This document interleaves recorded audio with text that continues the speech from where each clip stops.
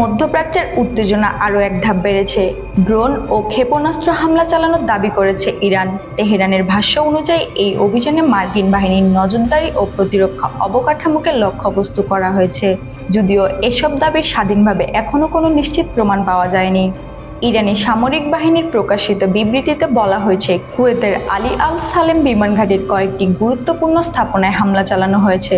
তাদের দাবি, দূরপাল্লার রাডার, যোগাযোগ কেন্দ্র, স্যাটেলাইট সিগন্যাল গ্রহণ ব্যবস্থা, একই সঙ্গে MQ-9 ড্রোন সংরক্ষণাগারও লক্ষ্যবস্তু করা হয়েছে বলে দাবি করা হয়। এর কিছু সময় পর আবারও একটি বিবৃতিতে ইরান জানায়, আহমেদ আল জাবের বিমান ঘাঁটিতেও পৃথক হামলা চালানো হয়েছে। সেখানে আগাম সতর্কীকরণ রাডার, FPS-117 রাডার, পেট্রিয়ট ক্ষেপণাস্ত্র প্রতিরক্ষা ব্যবস্থা এবং আকাশ প্রতিরক্ষা যোগাযোগ অবকাঠামোকে লক্ষ্য করে অভিযান পরিচালনার দাবি করেছে তারা। ইরানের ভাষ্য অনুযায়ী এসব স্থাপনা গুরুতরভাবে ক্ষতিগ্রস্ত হয়েছে। তেহরানের দাবি, এই অভিযানের উদ্দেশ্য ছিল ভবিষ্যৎ সামরিক অভিযানের আগে যুক্তরাষ্ট্রের আকাশ নজরদারি ও প্রতিরক্ষা সক্ষমতা দুর্বল করা। তাদের মতে, প্রতিপক্ষের রাডার ও যোগাযোগ ব্যবস্থা ক্ষতিগ্রস্ত হলে পরবর্তী ড্রোন ও ক্ষেপণাস্ত্র অভিযান আরও কার্যকরভাবে পরিচালনা করা সম্ভব হবে।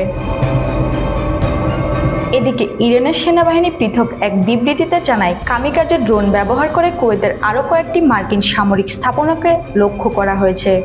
তাদের দাবি অনুযায়ী ক্যাম্প আরিফজানের প্রশাসনিক এলাকা, ক্যাম্প আল আদিরের হেলিকপ্টার পার্কিং জোন এবং আহমেদ আল জাবের ঘাঁটির আবাসিক অংশে আঘাত হানা হয়েছে। ইরানি কর্মকর্তাদের বক্তব্য, মধ্যপ্রাচ্যের যুক্তরাষ্ট্রের সামরিক উপস্থিতি বর্তমান অস্থিরতার অন্যতম কারণ। তাদের দাবি, এসব অভিযান প্রতিরক্ষামূলক কৌশলের অংশ এবং ভবিষ্যতেও প্রয়োজন হলে এই ধরনের পদক্ষেপ নেওয়া হবে। তবে এই ঘটনার বিষয়ে এখনো যুক্তরাষ্ট্র বা কুয়েতের পক্ষ থেকে বিস্তারিত আনুষ্ঠানিক তথ্য প্রকাশ করা হয়নি।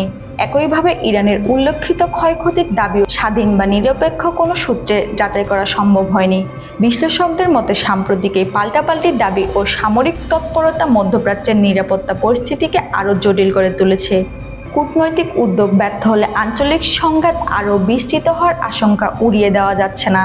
এখন নজর থাকবে পরিস্থিতি উত্তেজনা কমানোর দিকে এগোয় নাকি নতুন সামরিক সংঘর্ষের দিকে।